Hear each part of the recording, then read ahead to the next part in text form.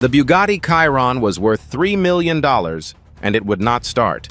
20 engineers, the best in the country, flown in from 3 cities, had spent 4 hours kneeling beside it. None of them found the answer. The CEO stood 40 feet away watching, her champagne glass empty and her patience thinner than she let on. Then a man in a gray work shirt walked through the service door holding a 5-year-old girl's hand. The head of engineering recognized him immediately, and the look on his face told everyone in the room everything they needed to know. What he did in the next 5 minutes would change everything. Stay with this one, it earns it. The Bugatti Chiron sat in the center of the grand pavilion like a $3 million paperweight. Its paint, a deep agave blue with silver undertones, caught the chandelier light from every angle. The kind of color that seemed to shift depending on where you stood. 400 guests moved around it in a wide, careful circle, the way people orbit things that are both beautiful and broken. The engine was dead, had been dead for 4 hours, and in 30 minutes, the most important contract of Catherine Whitmore's professional life was supposed to be signed beside it. Catherine stood near the far end of the display floor, a champagne flute in her right hand. Empty, had been empty for the last hour, and her back straight in the way that cost her enormous effort to maintain. She wore a structured black dress, the kind designed to communicate authority before a single word left her mouth. Beside her stood Heinrich Schaefer, 67, silver-haired, the senior representative of a German engineering consortium that had been her father's partner for 22 years. Heinrich was looking at his watch, not obviously just enough. The Whitmore Apex Gala was the company's largest event of the year. The contracts signed here moved markets. The deals announced in this room made headlines. And tonight, the centerpiece of the evening, the vehicle around which the entire $47 million partnership was being built, would not start. Bradley Hayes appeared at Catherine's left shoulder. He was 44, broad-shouldered, wearing a charcoal vest and a silver tie that he had clearly chosen to match the car. He carried his phone in one hand and the expression of a man who had been managing other people's crises for so long that crisis management had become indistinguishable from his actual personality. "We have another specialist coming in from Midtown," he said. "This will be handled." Catherine looked at the car. "You said that 2 hours ago." "I meant it then, and I mean it now." She did not respond. She looked at the Chiron. She looked at the 12 men kneeling around it in various configurations of professional frustration, and she counted. The first engineer to arrive had come from the authorized Bugatti dealership on the Upper East Side. A man with 11 years of experience servicing the brand, impeccable credentials, and a diagnostic kit worth more than most people's cars. He had spent 40 minutes under the hood, risen, slowly wiped his hands with the methodical care of someone buying time, and said that the error code appearing on the onboard display did not correspond to any firmware version in his documentation. The second was a W16 specialist flown in from Chicago, the engine that powered the Chiron 16 cylinders arranged in a W configuration, a mechanical achievement so complex that fewer than 400 people in the world were certified to service it. He attempted a full ECU reset. Nothing changed. Engineers 3 through 7 arrived in succession over the following 90 minutes, each carrying a different theory. A secondary fuel pump, a pressure sensor reading a false value, a starter relay stuck in partial engagement, a drive module reporting a communication fault that wasn't there. Each theory was tested. Each theory failed. The car remained silent. Here is something worth pausing on for a moment. There is a particular kind of failure that happens in rooms full of qualified people. Each person trusts the credentials of the person before them. Each theory is evaluated against the certainty of the previous one. Nobody steps outside the frame of what has already been considered, because stepping outside the frame would mean admitting that the frame itself might be the problem. I have seen this in boardrooms, in hospitals, in engineering bays. The smarter the room, sometimes the harder it is to hear the answer that does not come wrapped in the right vocabulary. 20 experts can stare at the same wall for 4 hours and not see the door because the door does not match the diagram they were given. Keep that in mind. It matters for what comes next. By the time the 8th engineer arrived, the guests had stopped pretending not to watch. Conversations near the display floor had slowed. Eyes kept drifting back to the cluster of men crouched around the vehicle, then away again, then back. The sound of polite dinner conversation had taken on the particular quality of people discussing things they don't care about while watching something they very much do. The 12th engineer, a lean man from a specialty European auto firm in New Jersey, spent 22 minutes on his back chassis before standing up and making no comment whatsoever. He simply walked toward the edge of the display floor and began making a phone call. Bradley, who had been circling the Chiron for the better part of 3 hours, would approach the vehicle periodically, lean in close, look at something specific, then step back. He never touched anything. He never suggested a new avenue of investigation. He simply circled, looked, and stepped away. Hannah Pearson, seated at a small workstation near the rear of the display floor with a diagnostic tablet across her knees, had been watching this pattern for some time. Hannah was 28, recent in her role, and had been hired directly from graduate school by Catherine's operations team. She had a very specific quality. She noticed things before she understood them. The 18th engineer was German, a man Heinrich Schaefer had personally summoned with a single text message. He arrived with the quiet confidence of someone who had never failed to solve a mechanical problem. He spent 31 minutes with the car, then he straightened, looked at Heinrich, and gave a slow single shake of his head. Heinrich looked at his watch again. Bradley said, "We have 2 more teams on the way.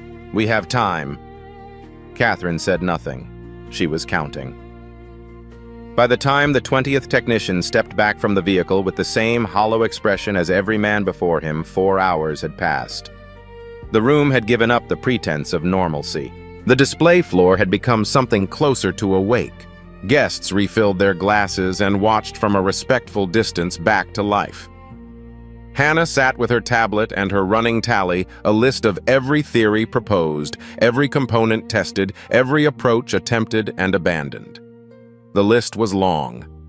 At the bottom of it was a single category no one had touched. She hadn't said anything. She was new. She wasn't sure. She was still thinking about that when the door on the service side of the hall opened and a man in a gray work shirt walked in. He was a black man, lean and quietly built, not tall enough to command a room. He was not dressed in a way that caused anyone to turn. He had the kind of face that was easy to look at and easy to look past, strong-featured but unremarkable, wearing the expression of someone focused on something they haven't reached yet. He carried a small canvas bag over one shoulder, and with his free hand, he held the hand of a 5-year-old girl with 2 neat braids that ended in small wooden beads and light-up sneakers. The braids had been done that morning by him at the kitchen table with a small comb between his teeth and a jar of shea butter open beside him the way he had done every morning since the year his wife died. The girl was holding a miniature toy car. It was blue, the same blue as the Chiron. His name was Andre Coleman. He was 29 years old. He had been hired 6 weeks ago as a contract mechanic for the logistics team responsible for transporting and performing pre-event mechanical checks on the 3 display vehicles. His work had been finished before the gala started. He had stayed because the finance office owed him a signature on his payment confirmation, and the person responsible for that signature had not responded to his messages. He was not supposed to be here. That part was about to matter a great deal. The girl Zoe was 5. Her mother had died 14 months earlier. The woman who normally watched her on evenings like this, an older neighbor 2 doors down, who had grown up with Andre's mother, had called at noon with a fever and an apology. Andre had brought Zoe along the same way he'd brought her to a dozen job sites before, quietly without complaint, with the quiet confidence of a man who had learned to solve problems using whatever resources were available. He had promised her it would be 1 hour. That had been 3 hours ago.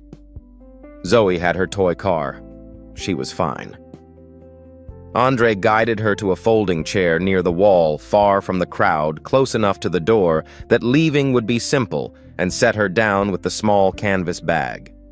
He told her to stay put, and he would be back in 10 minutes. She looked up at him with the patient, pragmatic expression of a child who had learned that 10 minutes could mean a lot of things and said, "Okay." He turned to find the finance contact. He took 3 steps and then he saw the Bugatti. More precisely, he saw what was wrong with it. Not the car itself, He had seen chyrons before, had worked on 2 of them during a 3-year stretch that felt like a different life. What he saw was the diagnostic indicator on the center display, a specific sequence, a particular color, and the way the men around the car were positioned. He saw where their tools were. He saw what components had been opened and closed again. And he saw one thing that no one had touched. He stood still for a moment. Hannah Pearson looked up from her tablet. She noticed him looking at the car. She noticed the look itself, not curiosity, not idle interest, but the focused, quiet attention of someone processing information. She glanced at her tablet. She looked at the untouched category at the bottom of her list. She looked back at him. Neither of them spoke. Andre turned toward the wall, intending to find the hallway to the finance office.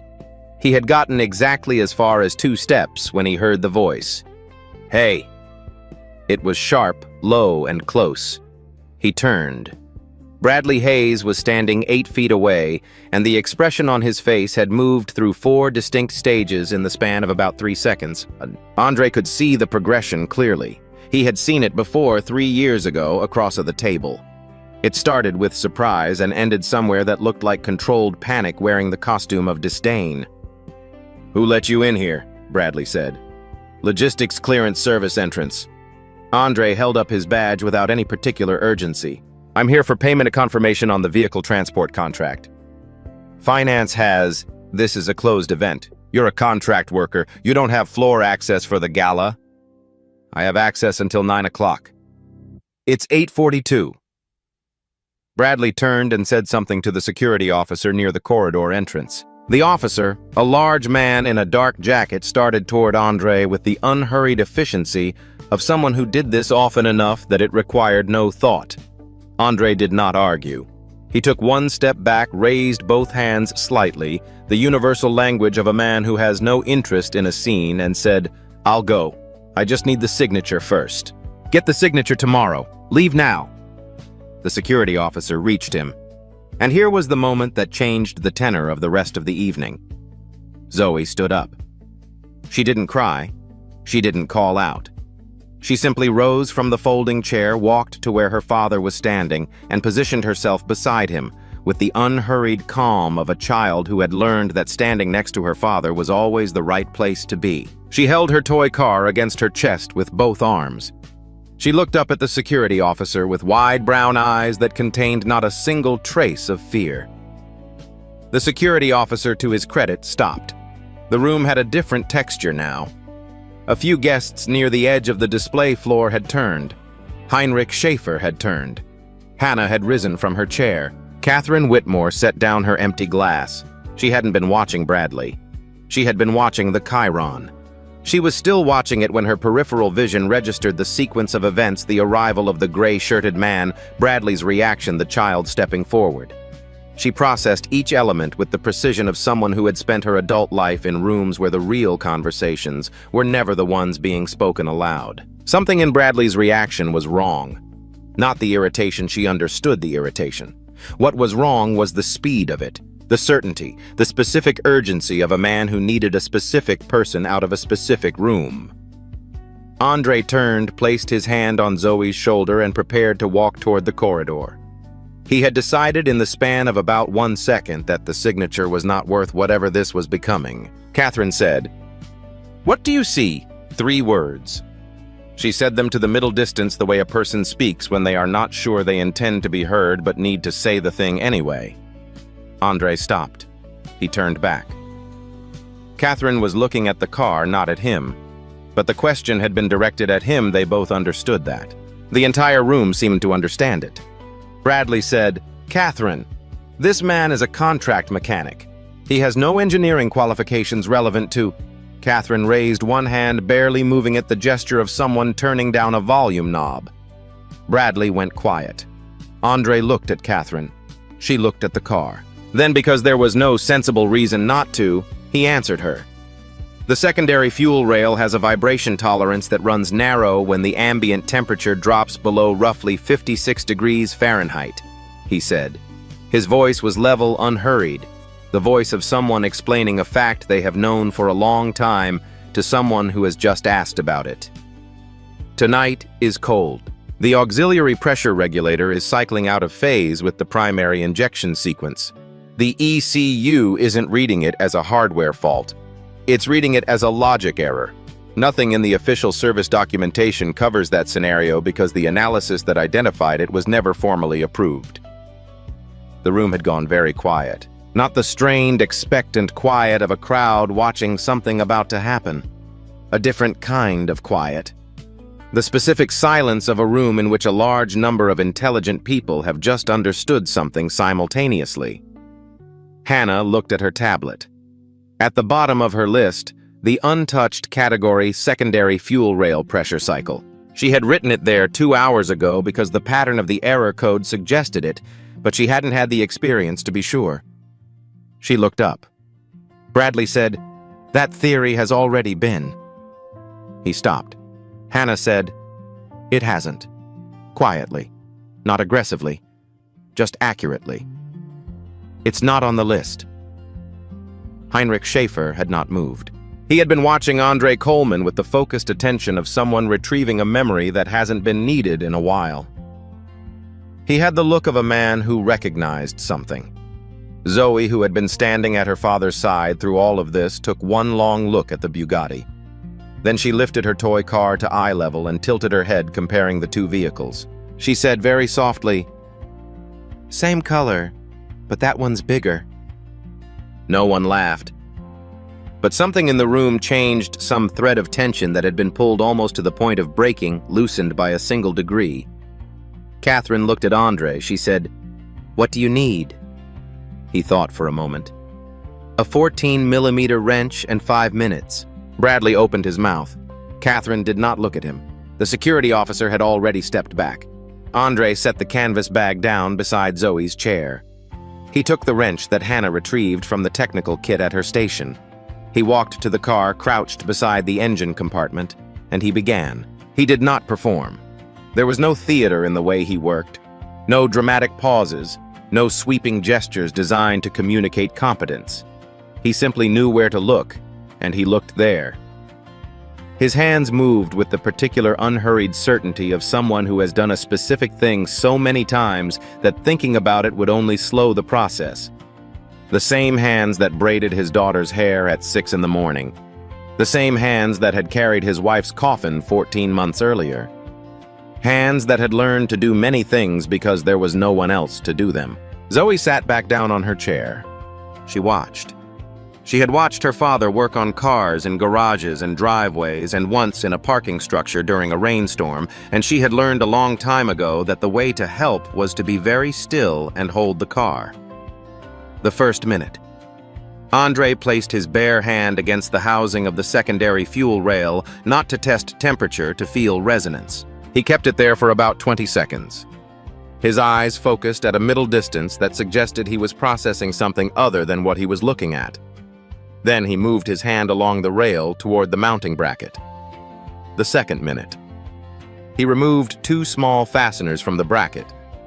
Nothing dramatic, ordinary removal, and shifted the angle of the rail by approximately 3 degrees. Someone in the crowd exhaled audibly. Someone else murmured something that was not quite skepticism and not quite hope. The third minute. He found the auxiliary pressure regulator, a component the size of a thick paperback book, tucked behind the intake manifold, where the access was difficult enough that most service approaches bypassed it. He did not use the diagnostic tablet. He reset the regulator manually using a sequence of 3 specific adjustments that came not from a manual, but from a place in his hands that manuals could not reach. Hannah was recording every movement on her tablet, not because she had been asked, because she understood that what she was watching was not standard procedure. It was something rarer than standard procedure. The fourth minute. Andre stood. He looked into the engine compartment one more time, made no additional changes, and lowered the hood with both hands. He stepped back from the vehicle. Bradley had not spoken in 4 minutes. He stood 7 meters away with his hands in his pockets, and he was looking at a point on the floor that contained nothing. The 5th minute? Andre looked at Catherine. He nodded once. Catherine walked to the driver's side door. She had not sat in this car in 6 months. She had bought it as she was about to formalize represented the highest possible expression of what her company could achieve. She opened the door and sat down. The seat adjusted automatically. The ambient lighting inside the cabin came on. She pressed the ignition. 1 second. The W-16 engine started. It did not sputter. It did not cough, and reluctantly agree to function. It came to life the way engines like this were designed, to a deep, even resonant rumble that moved through the floor of the pavilion and up through the souls of every person standing on it. The kind of sound that was less noise than presence. 3 seconds of absolute silence from the room. Then Heinrich Schaefer smiled. It was a small smile, private, the expression of a man who has just seen something confirmed that he suspected was true. Zoe raised her toy car toward the ceiling and said, "Vroom." Catherine sat with the engine running for a moment. She felt the vibration through the seat. She felt the car doing what it was built to do. And here, before we go any further, let me leave you with something to carry into what comes next. The people we overlook are often carrying exactly what we need. Not because life is poetic, but because we are forgetful. We build rooms and decide in advance who belongs in them, and the cost of that decision is paid in the answers we never hear. The next time someone walks through your door in a gray work shirt, the next time you find yourself ready to dismiss a person before they have spoken, pause for a breath. Just one. Ask the question Catherine asked. What do you see? 3 words. They cost nothing. They sometimes change everything. Then she turned it off, stepped out, and looked across the hood. She looked at Andre. Then she looked at Bradley. Her voice when she spoke was very quiet, the kind of quiet that has the same effect as a very loud noise. "Bradley," she said, "how long have you known about this?" Hannah had already found the file. She had retrieved it 17 minutes ago.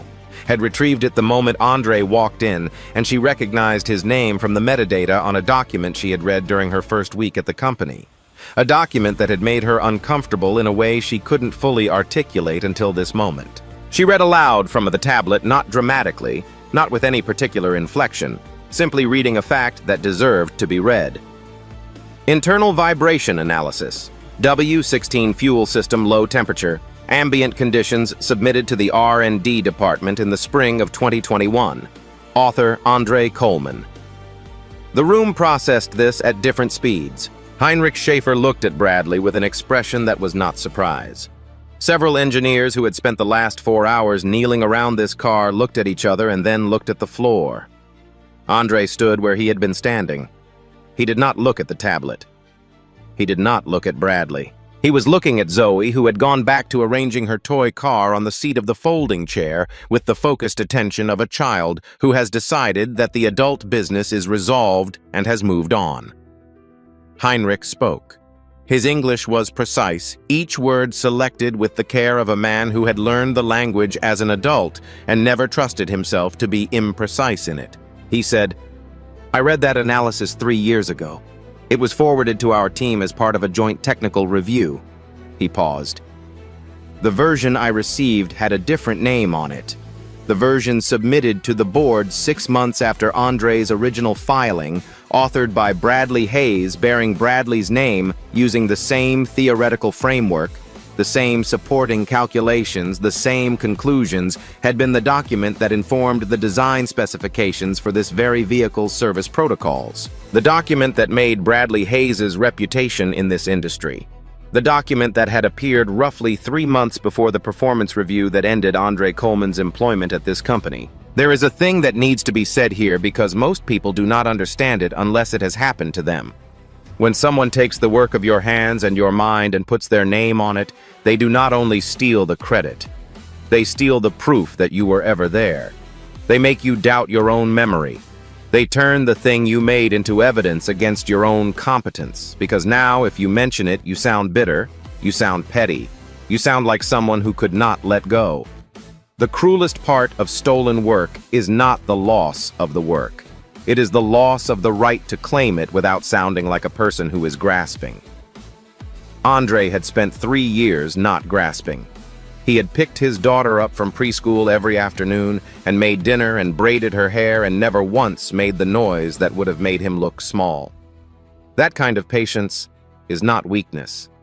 That kind of patience is a different category of strength entirely, and most rooms do not know how to recognize it because most rooms have never had to develop it. Bradley did not respond. He was a man who had spent 20 years becoming very good at controlling rooms. He had a response for everything. He had always had a response for everything. But he was standing in a room where the car was running, where the file was open, where Heinrich Schaefer was looking at him with the particular expression of a man who has already drawn his conclusions and is simply waiting for the meeting to end. Bradley had nothing. Catherine looked at him for a long moment. Then she looked at Andre. "How long have you known this? That you were walking into this room, this company, this situation?" Andre considered the question. "Since I walked through the door. A beat. And you fixed the car anyway." He looked briefly in the direction of Zoe, then back. The car needed to be fixed. That part wasn't complicated. Catherine let that sit in the air for a moment. Then she said, "Stay." Andre looked at Zoe. Zoe was rotating her toy car in slow circles on the seat of the chair, making a quiet engine sound with her mouth. He looked back at Catherine. "I'll stay," he said. "But I'd like to get Zoe settled first." Catherine looked at the little girl for the first time directly. Zoe looked back at her with complete, uncomplicated equanimity. The CEO of Whitmore Apex Motorsport and the 5-year-old daughter of the man who had just saved her $47 million evening held each other's gaze for approximately 2 seconds. Then Zoe looked back at her car. Catherine said, "Of course." What followed was not a confrontation, because Catherine Whitmore was not a person who conducted confrontations on event floors in front of 400 guests. What followed was quieter than that. Heinrich excused himself to make a phone call, brief in German, standing near the window with his back to the room. Hannah quietly noted every entry in her documentation log, correcting every place where the authorship of tonight's solution had been ambiguously recorded. And Bradley Hayes stood near the edge of the display floor with his hands still in his pockets, watching the room reorient itself around a new understanding of how the evening had actually gone. Catherine found Andre near the back corridor where he had settled Zoe on a bench with a soft pretzel from the catering station and a cup of apple juice. He was crouched at her eye level, talking to her about something that had nothing to do with any of this. When Catherine approached, Zoe looked up and said with the frank sociability of a 5-year-old, "Your dress is pretty." Catherine said, "Thank you. So are your shoes." Zoe considered this fair and went back to her pretzel. Catherine sat in the chair adjacent to the bench. She said, "I owe you an apology on behalf of this company." Andre said nothing. "I also owe you compensation significantly more than your contract rate for tonight. There are also damages to consider given what we now know about what happened 3 years ago. I'd like to know." He said it without hardness, without the performative pride of a man determined to refuse on principle. He said it the way a person says no to a thing that was never going to be the right answer. "You don't owe me money for tonight, and you can't pay for 3 years with a check." Catherine looked at him for a moment. "Then what do you want?" He looked at Zoe. The little girl was tracing the outline of her toy car with one finger following the curve of the hood, the slope of the roof, the same lines as the car sitting 50 feet away in the grand pavilion rendered in die-cast metal, small enough to fit in a 5-year-old's hands. "The document," he said. "I want the name on that document corrected in the official record, not for me, for what it actually is. A piece of engineering work that was done by someone who isn't getting credit for it. That's all." Heinrich Schaefer had appeared at the entrance to the corridor without being noticed. He stood there for a moment, listening. Then he said, "I think the contract we're signing tonight should include a clause on internal document provenance review, a formal audit of technical authorship over the past 5 years. He looked at Catherine. "Our consortium has been recommending it for some time. Perhaps this is the right moment." Catherine looked at Heinrich. Then she looked at Andre. Then she looked at Hannah, who had appeared behind Heinrich with her tablet and the expression of someone who has been waiting to say something useful for quite a while. Hannah said, I've already flagged the complete documentation chain. If we begin the correction process tomorrow, the formal record can be updated within a week. Andre stood up from his crouch beside Zoe's bench. He reached down and gently adjusted one of her braids where a wooden bead had slid loose along the strand. The little girl allowed this with the patient tolerance of someone who has learned to accept hair maintenance as an unavoidable aspect of having a father who took the job seriously when there was no one else left to take it. Catherine stood as well. She said, "I have one more question." He waited. "Are you still taking contract work?" The question landed differently than he expected. He had anticipated an offer, some version of a redemption arc delivered in corporate language, a title, a salary range, a formal acknowledgement of the wrong that had been done. He had prepared in some quiet recess of himself to politely decline whatever it was. He had been declining things for 3 years. He was practiced at it. This was a different kind of question. It was not offering him anything. It was asking what he was. "For now," he said, "I'd like to schedule a meeting Monday morning if you're available." He looked at Zoe. She had finished the pretzel and was holding her toy car up toward the corridor's overhead light, watching the way the light moved across the blue surface, the same look on her face she got whenever she found something worth understanding. "I'm available," he said, "but I have one condition." "Name it." "The document. First, the correction gets filed before I walk into any meeting. That's not a negotiation point." Catherine held his gaze for a moment. Then she said, "It will be done by Friday." Andre nodded once. They did not shake hands. They looked at each other in the way that two people look at each other when they have just established the terms of something real. Zoe lowered her toy car and looked at Catherine. She said, "Is your car going to be okay now?" Catherine said, "Yes, your father made sure of it." Zoe nodded, entirely satisfied with this answer, and went back to the light. Take a breath here. Because the lesson in this part of the story is one that is easy to miss if you go looking for the loud version of justice. Andre did not ask for money. He did not ask for an apology written on letterhead. He did not ask for Bradley to be marched out in front of the cameras. He asked for his name to be put back where it had always belonged. There is something worth learning in that. Sometimes what we have lost cannot be replaced with anything new. Sometimes the only thing that fits the shape of what was taken is the truth itself returned plainly without ceremony.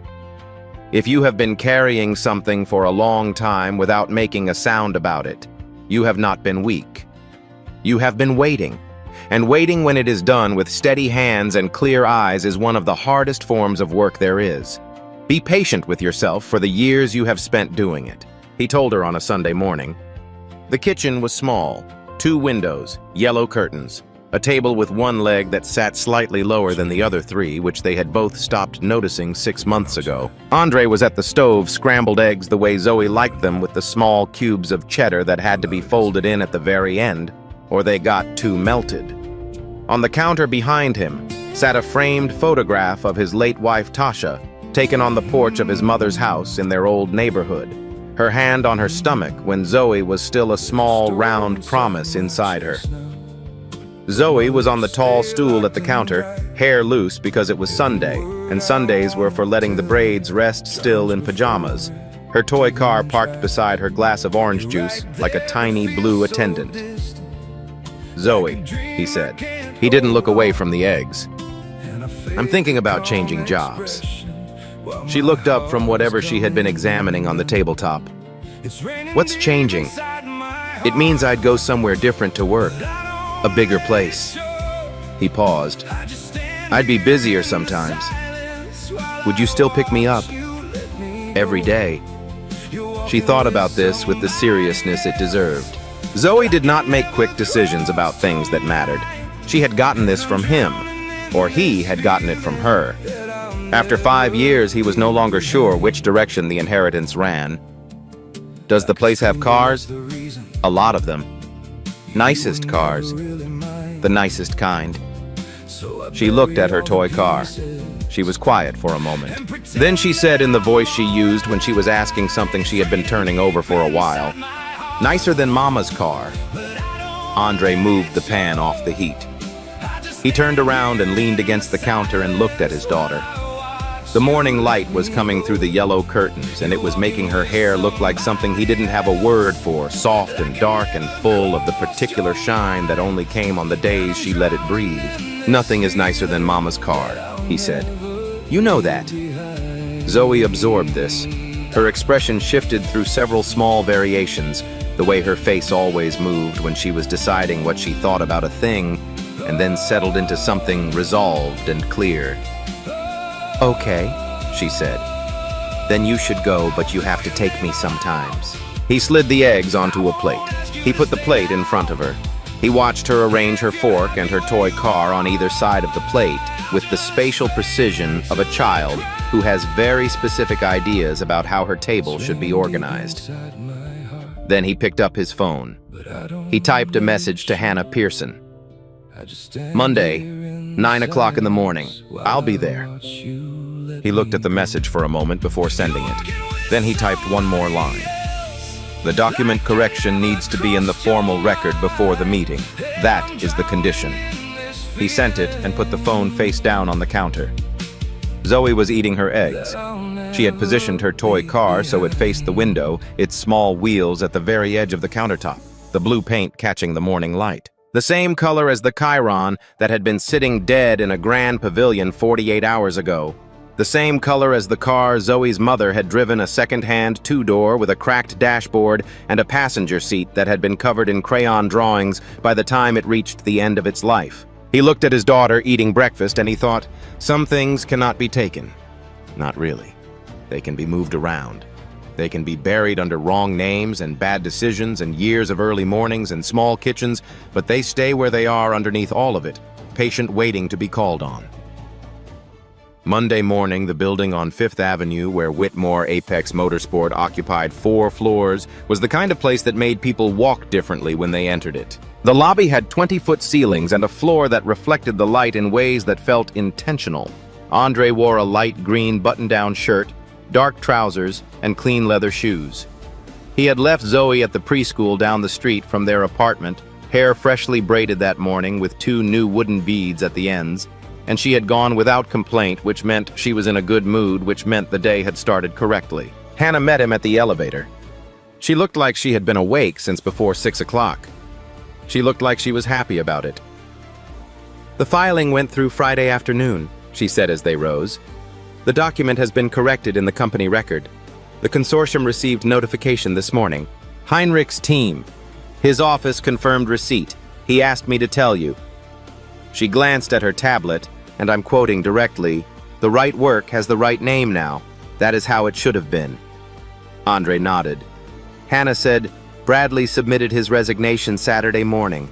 I don't know if anyone has told you." "No one told me." It was quiet. No statement, no announcement.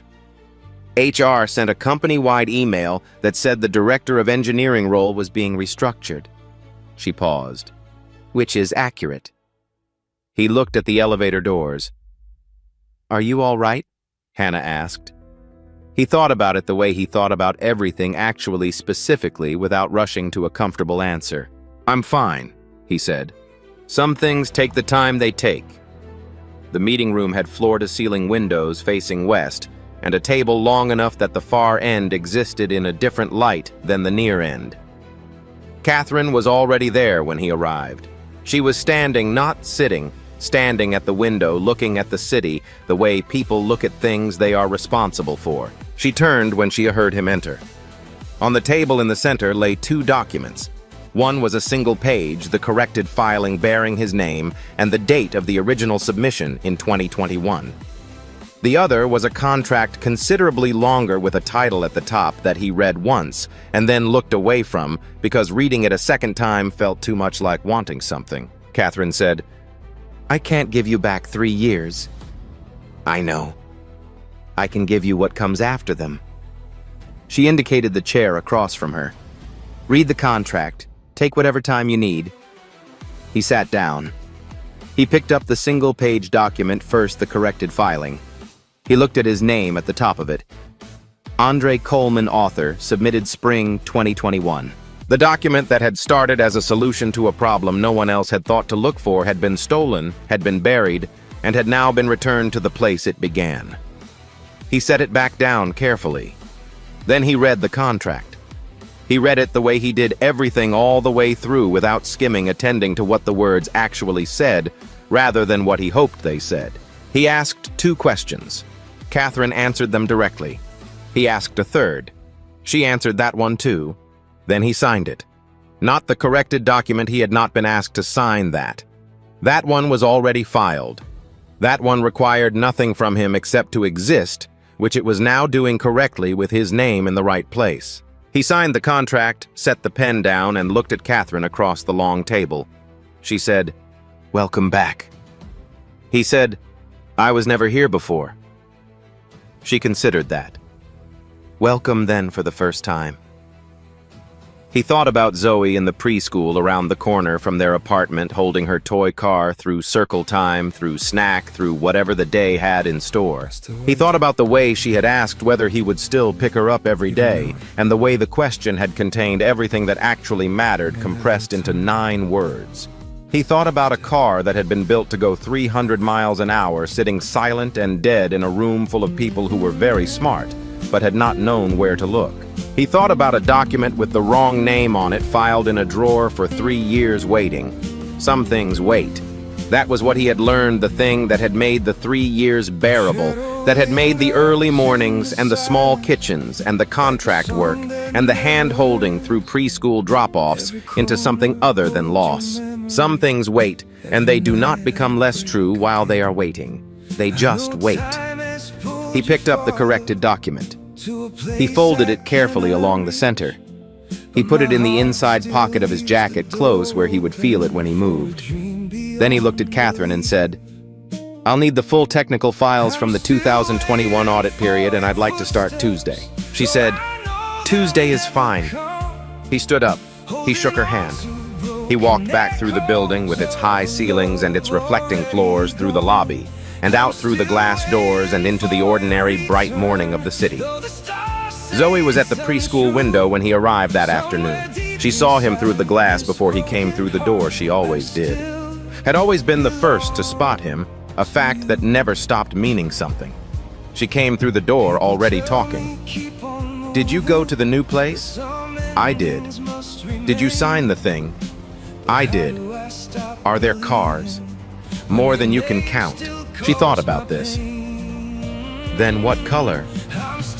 He remembered the Chiron, the agave blue, the way it had caught the chandelier light, the way Zoe had held up her toy car and compared them in the middle of a room full of people who had given up. He looked down at his daughter. "Same color as yours," he said. She looked at the toy car in her hand. She looked at him. She smiled the way she smiled when something was exactly what it was supposed to be. Andre Coleman put his hand on his daughter's shoulder, and they walked home together through the afternoon. The toy car tucked in her jacket pocket, the corrected document folded against his chest. The city carrying on around them the way cities do, indifferent to most things, but moving, always moving, full of engines that someone somewhere knows how to start. And so we come to the end of this one. If there is anything to take from it, let it be this. Children do not learn from what we tell them about character.